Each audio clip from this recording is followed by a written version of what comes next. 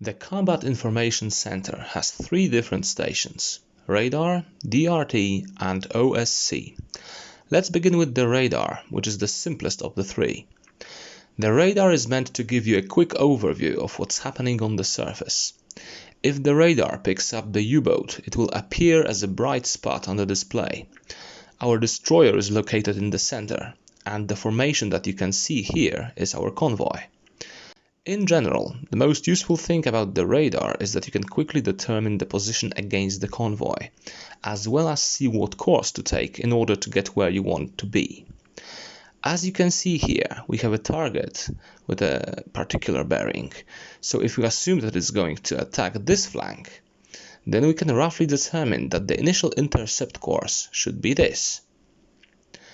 Of course, we will need to correct it as we go, but in general, radar is an excellent tool, especially when used as a reference for your search plans and other maneuvers in relation to the convoy. In order to increase our situational awareness even further, we can use the DRT, the Dead Reckoning Tracer. The moving light represents our destroyer, and the protractor arm allows you to quickly convert the data from radar and sonar into a visual representation of both destroyer and enemy movement.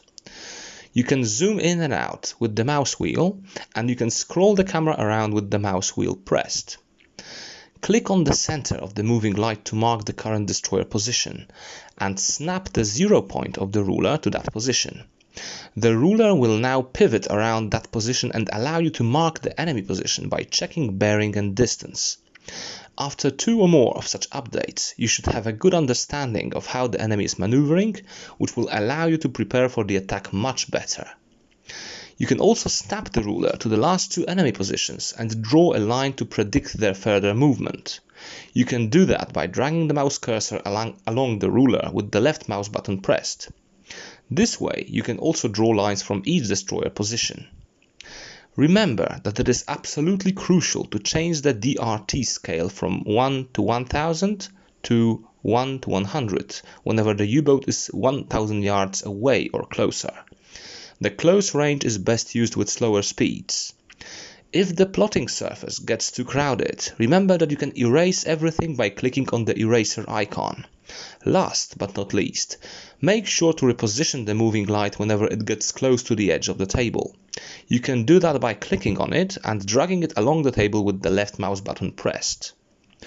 Let us now see how to increase our awareness during the last stage of the attack, and to that end we will be using the Own Ship's Course and Enemy Bearing Projector, OSC for short.